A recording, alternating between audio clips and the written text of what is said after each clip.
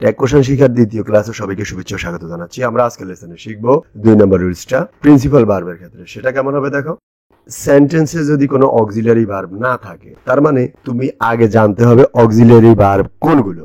তো তোমরা যারা অক্সিলারি ভার্ব নিয়ে এখনো একটু কাঁচা আছো তাদের উদ্দেশ্যে বলবো, আমরা প্রথম ক্লাসে অর্থাৎ 1 নম্বর ক্লাসে অক্সিলারি ভার্ব নিয়ে কথা বলেছিলাম। তোমরা সেই ক্লাসটা দেখে নিবা, তখন অক্সিলারি ভার্বগুলোর কনসেপ্টটা তোমার ক্লিয়ার হয়ে যাবে। তার মানে একটা বাক্যে যদি অক্সিলারি ভার্ব না থাকে তখন কি করবা? তখন শুধুমাত্র প্রিন্সিপাল ভার্ব থাকলে। এবার আসো, এবার তোমাকে শিখতে হবে প্রিন্সিপাল ভার্ব। তোমাকে প্রিন্সিপাল ভার্ব শেখার সবগুলো টেকনিক আমরা একটু পরে স্টেপ বাই স্টেপ দেখাবো। তো প্রিন্সিপাল ভার্ব থাকলে তখন কি করবা? তখন ট্যাগ সাইডে তুমি কি করবা? ডু, ডাজ, ডিড বসাবা। ওকে, এবার আসো স্টেটমেন্টটি মানে বিবৃতিটি বা বাক্যটি প্রেজেন্ট টেন্সের হলে এবার তুমি টেন্স শিখতে হবে। প্রেজেন্ট টেন্সের হলে ট্যাগ কোশ্চেনে ডু বা ডাজ বসবে। তো প্রেজেন্ট টেন্স হলে তুমি ডু বসাবা না ডাজ বসাবা? তার মানে ভার্বের শেষে যদি তুমি দেখো এস বা ইয়েস আছে তখন তুমি ডাজ বসাবা, আর অন্য ক্ষেত্রে তুমি ডু বসাবা। তার মানে ডু এবং ডাজ বসবে প্রেজেন্ট টেন্সের ক্ষেত্রে। আর যদি স্টেটমেন্ট বা বিবৃতিটি যদি ফার্স্ট টেন্সের হয় তখন তুমি ডিড বসাবা। এই কনফিউশনটা তুমি কিভাবে দূর করবা? এই কনফিউশনটা দূর করার জন্য তোমাকে অবশ্যই জানতে হবে কনজুগেশন অফ ভার্ব, ক্রিয়ার রূপগত পরিবর্তন।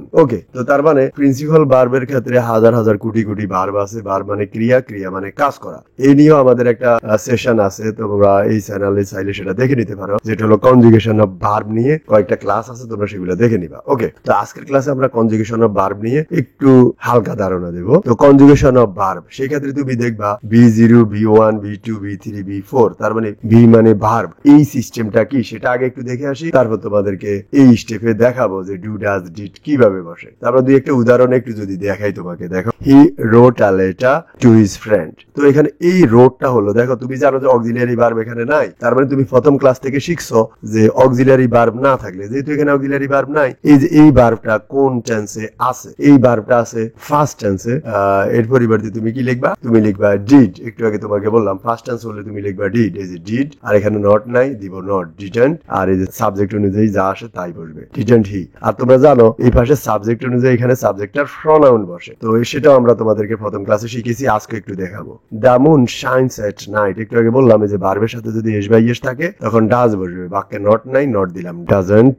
আর দ্য মুনের পরিবর্তে ইট। কেন হি, কেন ইট, এটা গত ক্লাসে বললাম, আজকে আবার বলবো। The two brothers hate each other, এই হেটটা হলো প্রেজেন্ট টেন্সে। তো প্রেজেন্ট টেন্সে থাকলে তুমি জানো ডু বসবে, বাকি কোনো নট নাই, ডোন্ট। এরপরে আসো দ্য টু ব্রাদার্স, একের অধিক বুঝায় দে বসবে। তো এরই ফাঁকে আমরা একটু দেখে আসি হি, ইট, দে এগুলা কেন বসে। ওকে, তোমরা ইতিপূর্বে জেনে আসছো যে বাক্যের সাবজেক্টটা যদি নাউন, প্রনাউন বা অন্য কিছুর মধ্যে হয়, সেটা যদি পুল্লিঙ্গ বা কর্কশ টাইপের কোনো কিছুকে বোঝায়, সেক্ষেত্রে প্রনাউন বসবে হি। আর সৌন্দর্যপূর্ণ জিনিস বা স্ত্রীলিঙ্গের ক্ষেত্রে বা কোনো দেশের নাম বোঝালে সেক্ষেত্রে বসবে সি। একাধিক বস্তু বোঝাতে, একের অধিক বোঝানোর ক্ষেত্রে সেক্ষেত্রে বসবে দে। আর বাক্যের সাবজেক্টটা যদি নো বডি, এভরিবডি এগুলো হয় তখন সে পরিবর্তে বসবে দে। আর বস্তুবাচক যদি সাবজেক্টটা বস্তুবাচক হয়, শিশু হয় বা ইতর পানির ক্ষেত্রে হয়, তখন তোমরা সেটার ক্ষেত্রে বসাবা ইট। ওকে ওকে, তুমি জানলা যে প্রিন্সিপাল ভার্বের ক্ষেত্রে এই যে B0, B1 এই জিনিসগুলা কি সেটা শিখে আসি, তারপর আমরা আরো পর্যাপ্ত উদাহরণ দেখবো। তুমি দেখো B0টা হলো বেস ফর্ম, আর B1টা হলো ভার্বের প্রেজেন্ট ফর্ম, B2টা ভার্বের ফার্স্ট ফর্ম, B3টা হলো ভার্বের ফার্স্ট পার্টিসিপল ফর্ম, যেটাকে আমরা বলি বি এর PP, B4টা হলো ভার্বের present participle form. Okay fine. এবার দেখো B0তে বসবে ডু, আর B1 এ কি বসবে? এই B1 এ এই ডুটাও বসবে, তার মানে B1 এর মধ্যে B0টাও আসবে। আর B0 এর সাথে তখন তুমি যদি এস বাই এর যুক্ত করো, ধরো এখানে আছে ডু, এখানে হয়ে যাবে ডাজ, তার মানে B1 এর মধ্যে B0টাও থাকবে, আবার B0 এর সাথে এস বাই এসও থাকবে। তার মানে মূলটা হলো B0টাই মূলটা। কেমন? এবার আসো B2টা কি? B2টা হবে ডিড। আর এরপর আসো B3টা হবে ডান। আর B4টা হলো ওই যে B0 যেটা দেখলা এর সাথে আইএনজি যুক্ত হবে, ডুইং। তো তার মানে আমার এখানে B3, B4 এগুলা লাগবে না, আমার প্রতিবারে লাগবে B0, B1, B2 এগুলা লাগবে। তো আমরা এই ক্ষেত্রে একটা জিনিস দেখতে পারি, সেটা হলো আমরা একটু রুলসটা শিখে ফেলি। হ্যাঁ, যে কনজুগেশন অফ ভার্বের যে রুলসটা, শুরু রুলসটা হলো যে কোনো ভার্বের সাথে ইডি যুক্ত হয়ে ফর্ম চেঞ্জ হবে। তো দেখো এই B0তে এই যে শব্দগুলা দেখলা, এই ভার্বগুলা B0তে যা, B1 এও তা, আর B1 এ তা এবং তার সাথে যদি তুমি এস বাই এর যুক্ত করো তখন এই যে এস বাই এস এইভাবে যুক্ত থাকবে। আর B2তে কি হবে? B2তে হবে যে প্লে ইডি যুক্ত হবে, ইডি যুক্ত হলে B2 হবে, ইডি যুক্ত হলে B3 হবে। এই নিয়মটা তোমরা জানো। এবার দেখো রুলস 2তে এই যে ভার্বের শেষে যদি ই থাকে তখন সেটা B1 এও যা আছে তাই হবে, আবার ভার্বের সাথে এস বাই এর যুক্ত হবে। আর B2তে হবে ডি যুক্ত হবে, শুধু এই যে ডি। ওকে, এরপরে দেখো এটা আরেকটা রুলস। তৃতীয় রুলসটা ছিল এমন যে ভার্বের শেষ লেটারটা যদি কনসোনেন্ট হয়, যে পিটা কনসোনেন্ট আর আগের লেটারটা যদি ভাওয়েল হয়, তোমরা জানো ভাওয়েল হলো এ ই আই ও ইউ, তার মানে এটা হলো ও, তখন কি করতে হবে, তখন শেষের লেটারটাকে ডাবল করে ইডি যুক্ত করতে হবে, এটা একটা রুলস। এরপরে আরেকটা রুলস হলো ভার্বের শেষে যদি ওয়াই থাকে তখন দেখো এই যে বি জিরোতে যা থাকবে বি ওয়ানে তাই থাকবে এবং পাশাপাশি আরেকটাতে এস বাই এর যুক্ত হবে। এবার আসো কি হবে, ওয়াইটা হয়ে যাবে আই এবং কোনো ক্ষেত্রে ডি যোগ হবে, কোনো ক্ষেত্রে ইডি যোগ হবে, এইভাবে আরো অনেকগুলা ভার্ব আছে, তোমরা সেটা দেখে নিবা। Okay fine. এরপরে দেখো ভার্বের শেষে টি বসিয়ে দেখো, এখানে ভার্ব যা, এখানেও ভার্ব তা, শুধু এস বাই এর যুক্ত হবে, আর এখানে টি বসিয়ে যে দেখো টি, ল্যান্ড ল্যান্ড ল্যান্ড, এইভাবে।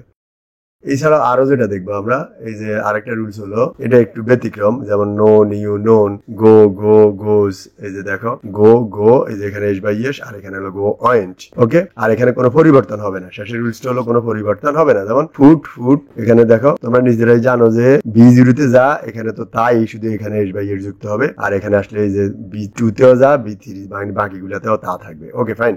এবার কোন কোন ভার্বগুলোর সাথে এস বাই এর যুক্ত হয় সেটা একটু বেসিক কথা আমরা বলে রাখি। যেমন ধরো থার্ড পারসন সিঙ্গুলার নাম্বার হলে ভার্বের সাথে এস বাই এর যুক্ত, এটা তোমরা জানো। তো কোন সময় এস বাই এর যুক্ত হবে, দেখো সব সময় ভার্বের সাথে এস যুক্ত হবে, কিন্তু যে ভার্বগুলোর শেষের লেটারে তুমি S S S H O C H X এগুলা দেখবা তাদের সাথে ই এর যুক্ত হবে। যেমন ধরো জি ও গো ও, এই যে দেখো ও আছে, শেষে ও থাকলে ই এর যুক্ত হবে। ওকে, বেসিক কথাগুলো দেখলাম।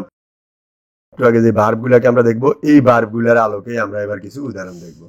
দেখো বাক্যের শুরুতে সাবজেক্ট, সাবজেক্টের পরে এই যে ভার্বটা কি আছে একটু আগে তোমাদেরকে সেটাতে বললাম আমরা। ওকে, দেখো যে দে প্লে ফুটবল। তো আসো এই যে এই প্লেটা একটু আগে তোমরা দেখলা যে প্লেটা কিসে আছে, কি প্রেজেন্ট টেন্সে আছে নাকি ফার্স্ট টেন্সে আছে। ওকে, প্রেজেন্ট টেন্সে থাকলে কি হবে ডু, আর এখানে নো বা নট না থাকলে নো বা নট দিবা, আর এই যে প্রোনাউন যা আছে দে আছে, দের পরিবর্তে দে। এইভাবে মিনা, মিনা দ্বারা কি বোঝায়, স্ত্রীবাচক বোঝায়, তার কারণে শি বসলো, আর ভার্বের সাথে এস বাই এস থাকলে ডাজ বসবে। এই যে দেখো এটা কিসে আছে, ফার্স্ট টেন্সে আছে। কিভাবে বুঝলা ফার্স্ট টেন্সে, আমরা একটু আগে যেটা দেখলাম। ওকে, একটু আগে তোমাকে বললাম বি জিরো কি, বি ওয়ানটা হলো প্রেজেন্ট ফর্ম, বি টুটা ফার্স্ট ফর্ম, এটা বলে রাখলাম। ওকে, জনি এটা হলো পুরুষ বুঝায়, পুল্লিঙ্গ, তার কারণে হি বসলো, এই যে হির পরিবর্তে হি। সিনার্স পাপিরা, তো আসো এখানে কি হবে, এখানে হবে একের অধিক বুঝায়, তার মানে দিয়ে বসবে। এরপরে দেখো মিস্টার ব্রাউন পুল্লিঙ্গ, পুরুষ বুঝাতে হি বসবে। এরপরে দেখো শির পরিবর্তে শি। পায়ার, এই যে বস্তুবাচক হলে কি বসবে, ইট বসবে। এরপরে আসে এই যে ভার্বের সাথে এস বাই এস মানে ডাজ। এরপর অল অফ আস, এটার কারণে কি বসলো, উই বসলো। দা ব্র্যাব, এটা ব্র্যাব সভ্য, এটা অ্যাডজেক্টিভ, অ্যাডজেক্টিভের আগে দিয়ে বসলো, এটা একের অধিক প্রকাশ পায়, একের অধিক প্রকাশ পেলে কি বসবে, দে। এরপরে দেখো the headmaster and secretary, the headmaster and secretary, এই দা যদি দুইবার হতো তাহলে হেডমাস্টার একজন, সেক্রেটারি একজন, দুইজন। আর দা যদি একবার বসে তাহলে হেডমাস্টার যিনি হেডমাস্টার তিনি সেক্রেটারি, তার মানে একজন। একজন হলে কি বসবে, পুরুষ বুঝাতে সেই ক্ষেত্রে হি বসবে। ওকে, এই যে অয়েন্টটা কিসে আছে, ফার্স্ট ফর্মে আছে, তার কারণে ডিড বসবে। এরপরে দেখো মিলিয়নস অফ পিপল, এটা হলো একের অধিক বুঝায়, তার কারণে দে বসলো। ফাইন্ডটা কি প্রেজেন্ট ফর্ম, তার কারণে ডু বসলো।